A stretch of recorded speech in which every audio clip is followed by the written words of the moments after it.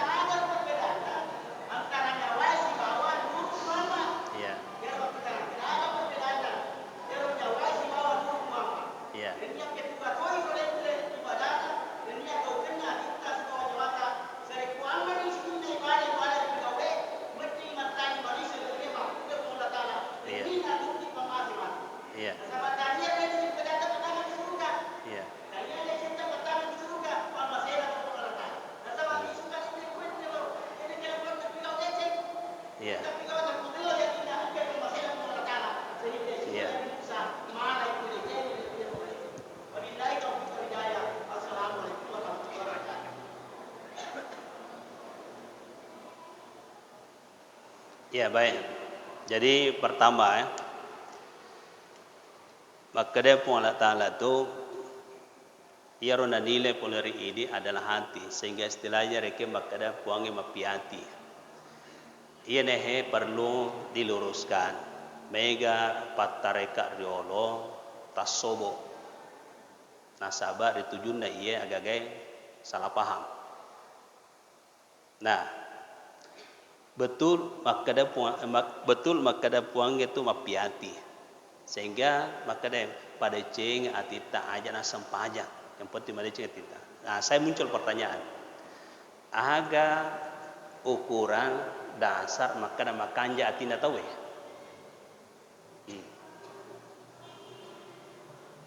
Ini kan muncul pertanyaan, aga dasar, aga ukuran maka ada makanja ati ya?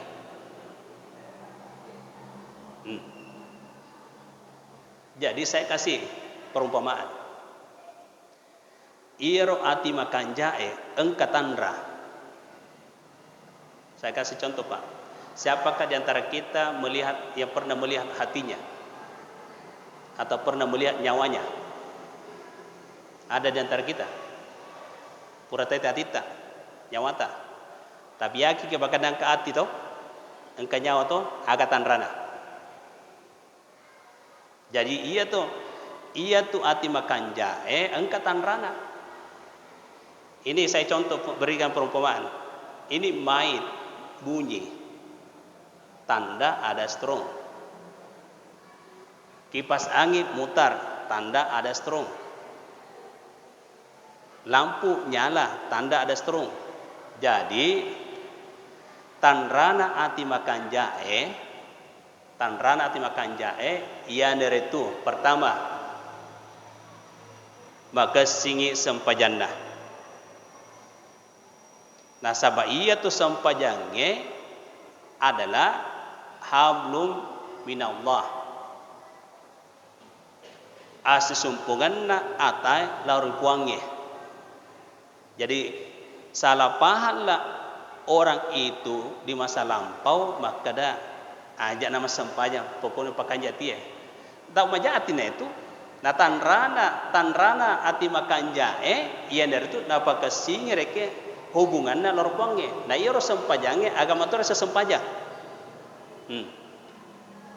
Tubuh sempajang, ati mas sempajang, nyawa isempajangnya. Tubuh sempajang, ati mas sempajang, nyawa isem pejang itu jadi satu paket. Kita tidak tahu ada hati sendiri tidak ada tubuh. Kita tidak tahu ada manusia kalau tidak ada roh. Satu paket Pak, tidak bisa dipisahkan. Nyawata tubuh tidak bisa dipisahkan. Kalau dipisahkan nyawata tubuh tak mencaji mayan itu dia nagakan kena tubuhnya. Dia tono lerke mundur reale nyawa ko diga tubuhna. Jadi begitu. Jadi kelirulah pemahaman orang-orang dulu itu maka dah puangi mapiati betul yang dinilai Allah adalah hati. Ya toh? Itu sudah jelas dalam hadis itu bahwa objek penilaian puangnya adalah hati. Tapi untuk mengetahui hati tanrana ati makan jae pertama ya kedo-kedota. Ampe-ampeta. Ya toh? Jadi sehingga akhlak itu ada 4.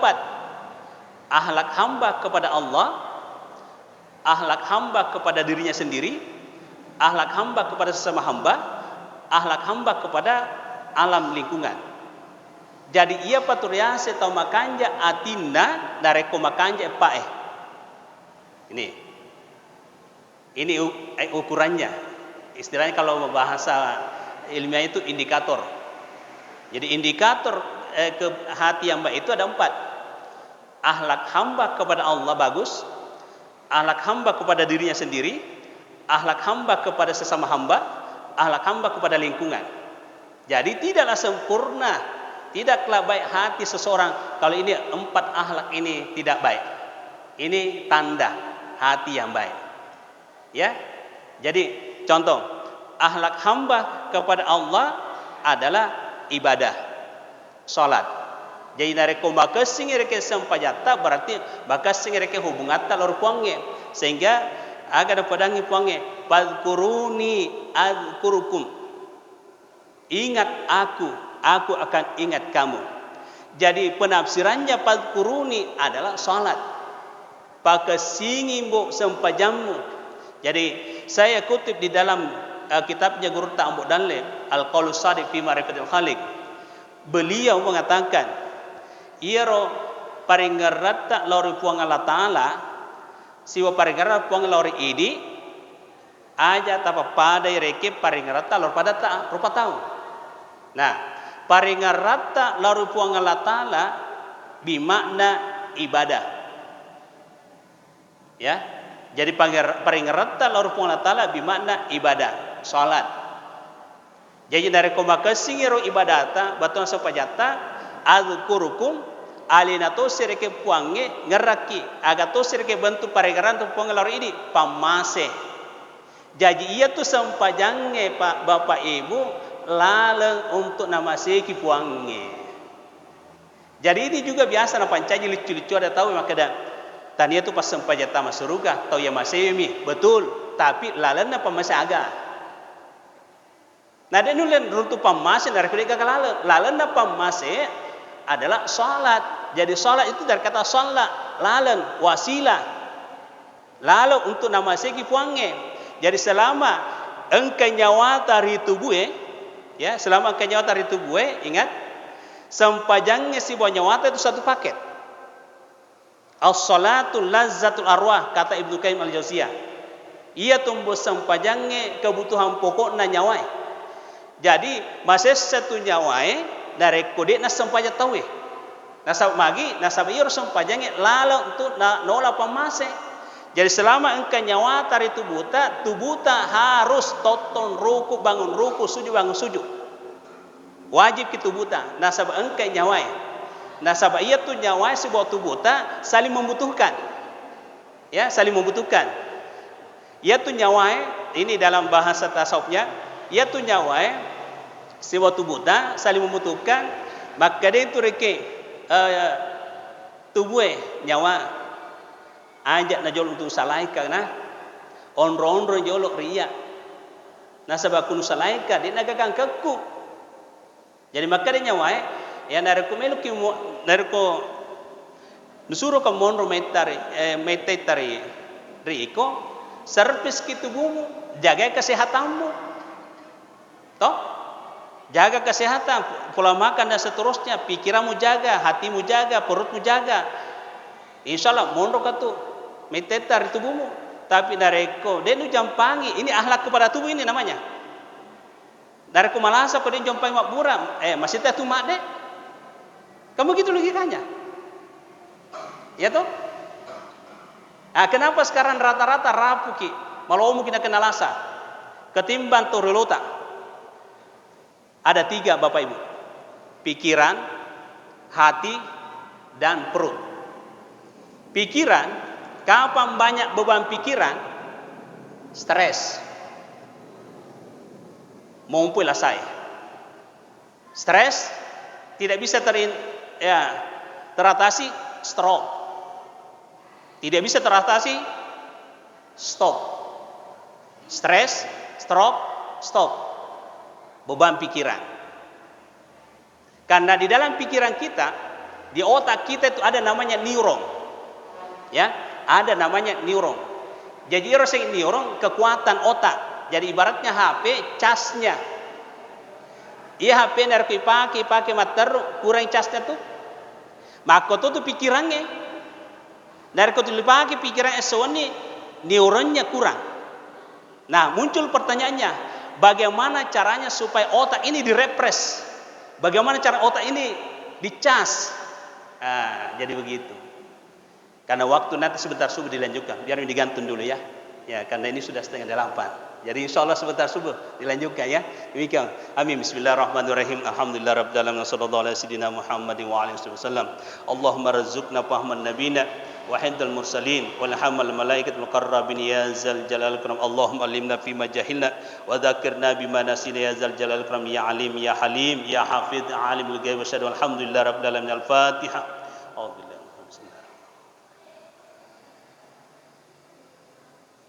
Amin. Wassalamualaikum warahmatullahi wabarakatuh.